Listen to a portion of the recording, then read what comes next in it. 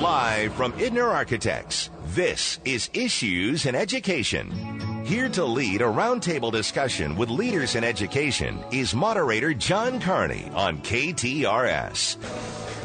Big 550 KTRS, Carney Show, sort of. We move things around a little bit. Martin Kilcoyne on assignment or a wedding or something. He didn't actually give me details.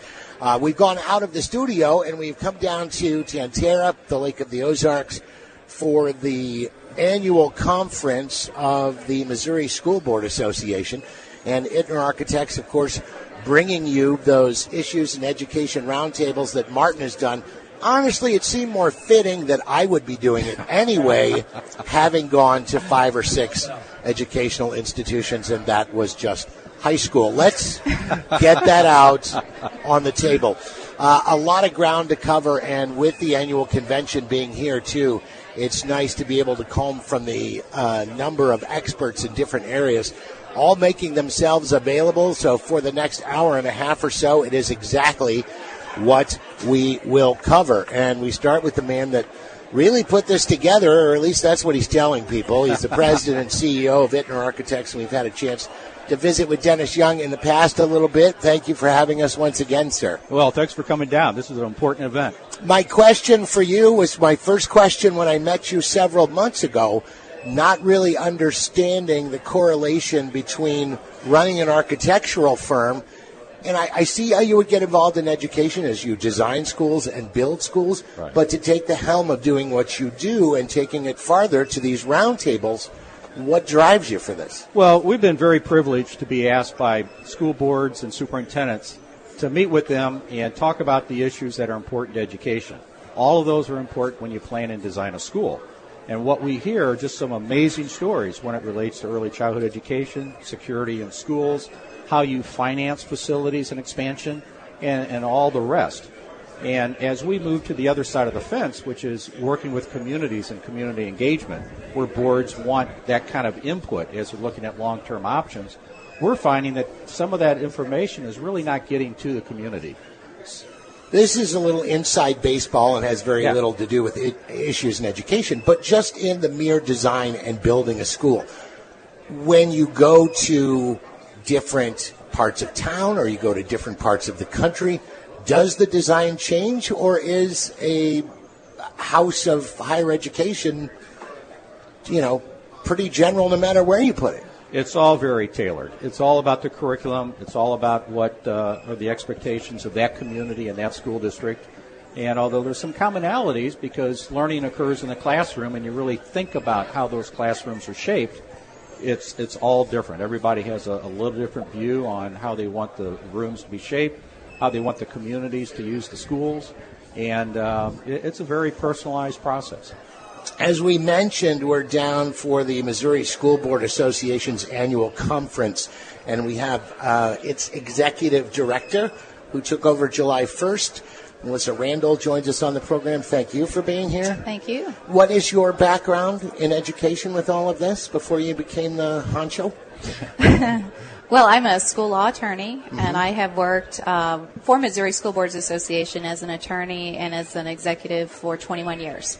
So I imagine putting this event together, too, a lot of that ending up on your plate. Logistically, I would think when you're dealing with educators and all these people with their schedules from all over the state, this had to be quite a trick to do. Do you start planning the 2016 one on Monday? You bet. Actually, we do. We will start next week and planning for 2016 because this is a large event. Not only do we sell out Tantera, but we also have a number of other properties around the lake.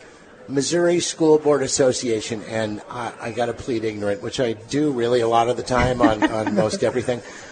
Explain to me a school board. I know they are involved. There's principals, there's superintendents, and there's a board that acts independently, but I'm not really sure how they coexist and what the roles are. Great.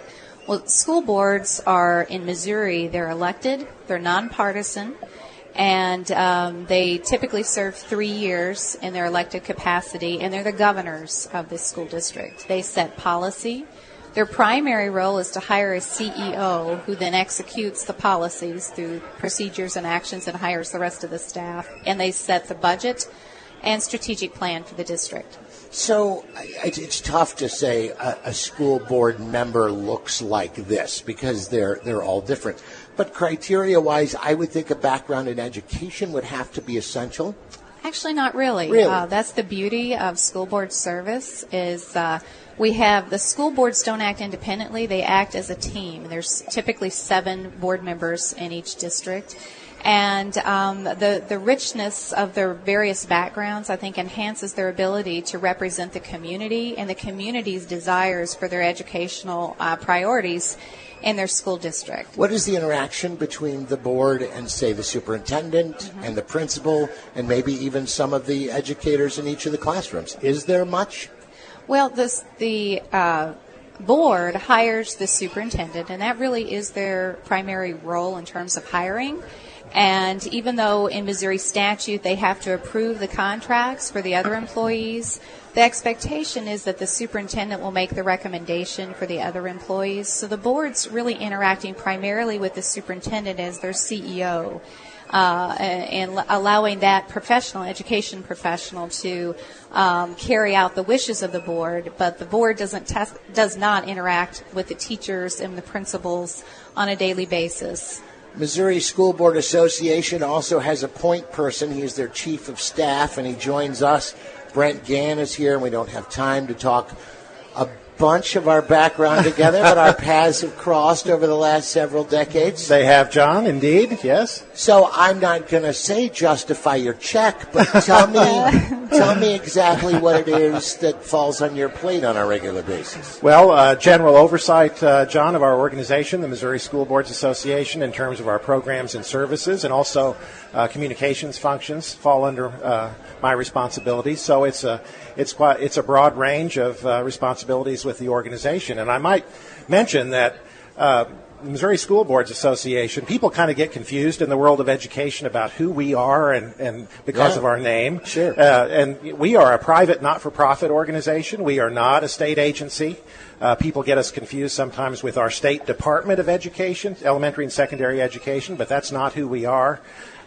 We represent school boards across the state who join our organization. And by the way, school boards do not have to join at all. It's strictly voluntary if they want to, yet around 80% or so of the boards in Missouri do belong to our organization. I had no idea this was not a government-affiliated organization. So talk pros and cons of that, at like being a charity that's not a United Way organization. They don't get the support of the United Way, but they also have a lot of freedoms and don't have to jump through certain hoops. Well, that's exactly right. I think that I'm sorry, what was that last part again, Brent? That's exactly right. That's what I wanted to hear. Okay. You may continue now. But yes, I mean, since we're not a state agency, and in that regard, we can be a very aggressive, I think, advocacy organization. And that's a big part of what we do. We advocate for school boards, for the notion of local decision-making in education, which is a big issue. There's a lot of debate about who should make the decisions in education. Should it be local, state, or federal? We do that. We are also strong advocates for the institution of public education and the idea that we as a nation and as a state are committed to educating all children. That's the fundamental commitment of public education, that we educate every child that comes to our door, and we're very proud of that. And, there are those these days who are, frankly, attacking public education, and we feel one of our roles is to defend that institution and preserve our commitment to educating all children. Not only do we set him at the end of the table, but I'm getting to him last. I would think Larry Felton is probably building some type of complex over there. From the Melville Board of Education, also is the President-Elect, so we'll be stepping in to the presidential role down the road a piece. And coming from the perspective that you do with the Board of Education in the Melville School District brings an interesting perspective. Do you foresee a lot of differences in your role in going from one spot to another? No, not really. The reason I got involved with MSBA was professional development. We place a great emphasis on our teachers, on our other community members to learn more about the school district, to learn more about how to be better educators. So school board members come in with no experience, some experience, a lot of experience with their school district. This is one way to even the playing field and give us a real good chance to understand issues much quicker. A lot of things to get to. It is the Issues in Education Roundtable discussion, and we are at the annual Missouri School Board Association Conference in Tantera in the Conference Center at the Lake of the Ozarks, and the Issues in Education Monthly Roundtable, heard here on KTRS, brought to you by Ittner Architects. Things we will get to later, certainly security, and yesterday's news moving that to the forefront of a lot of people's minds, and we will speak to some folks that are especially trained and well equipped to discuss it, as they are former FBI people and folks in charge of security of entire school districts in the state. We'll get to that later on. Early childhood, something else we'll be touching on. Standardized testing, something else that we will be getting to. So a lot to get to, and they have put together a wonderful panel of experts. So before we finish with you guys, let's go around a little bit and talk about the state of things, where they are now. You're in the midst of this conference. You've taken a look at Missouri education under a microscope. As a pedestrian, the things that we see in the news and things that are reported in the news of test scores are down, and we'll get to that a little bit too. Rate where we are just as a state in the field of education. I think education is going through a revolution. I see a lot of people working very hard, trying to get the community support necessary, and I see school designs are changing, curriculum's changing, the way teaching occurs, issues of STEM for science, technology, engineering, and math. It's a whole new horizon, and if we're going to have students that are competitive in today's world, they're going to have to really learn, because the competition is strong. What are the biggest challenges, Melissa, right now that you're seeing statewide in education? How much time do we have?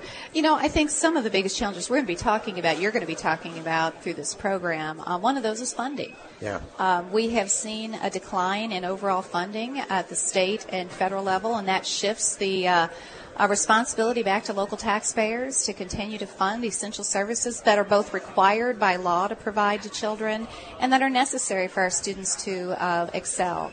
And another one is how do we continue to look at ways that we can provide children an education that will prepare them for their future, not our past.